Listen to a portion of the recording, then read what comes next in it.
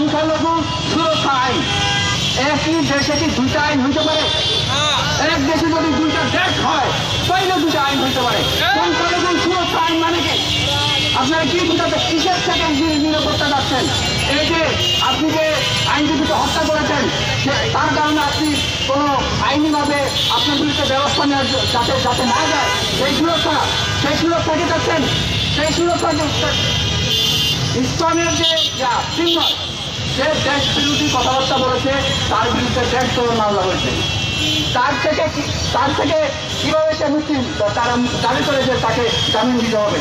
এই সুরক্ষার জন্য কি সংখ্যালঘু সুরক্ষা আইন প্রণয়ন করা হচ্ছে? তো এই জন্য আমরা মনে করি যে এক দেশে দুই আইন চলবে না। সংখ্যালঘুদের উপর যদি কোনো হামলা হয়, কোনো সাম্প্রদায়িক দাঙ্গা হয়, সেটার বিধি এই দেশের আইন দিয়েই সম্ভব। এই পর্যায়ে আমাদের মাঝে বক্তব্য রাখবেন বাংলাদেশ সুপ্রিম কোর্টের আইনজীবী শেখ ওমর ভাই।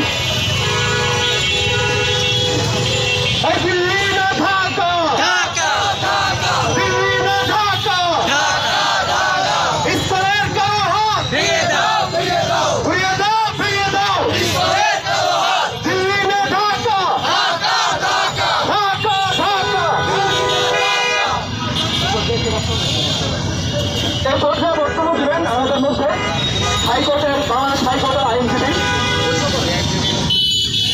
বাংলাদেশ হাইকোর্টের বিশিষ্ট আইনজীবী, প্র্যাকটিশিয়ান আইনজীবী শেখ ওমর ভাই। আসসালামু আলাইকুম রহমতুল্লাহ।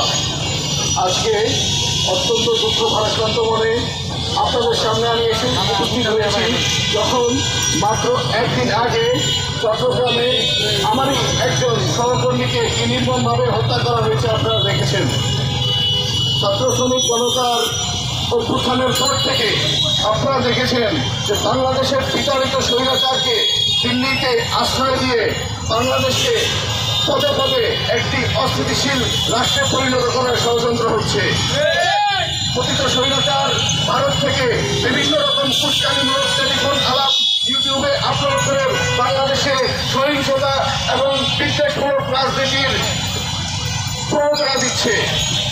আপনারা দেখবেন দিল্লির প্রকাশ্য মদদে বাংলাদেশে হিন্দুত্ববাদীরা, উগ্র হিন্দুত্ববাদীরা বিভিন্ন নাম ধারণ করে RSS বিজেপির গেরুয়া পতাকা নিয়ে বাংলাদেশে রাজনীতি করছে।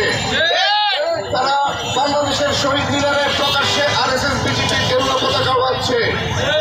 তারা বাংলাদেশের বিভিন্ন প্রান্তে উগ্র হিন্দুত্ববাদী রাজনীতির এই প্রতীক গেরুয়া পতাকা, এমনকি বাংলাদেশের জাতীয় পতাকার উপরেও তারা চট্টগ্রামে উড়িয়েছে। সেই ঘটনায় যখন তাদের বিরুদ্ধে রাষ্ট্রদ্রোহের মামলা হয়েছে, তখন চিন্ময় দাসের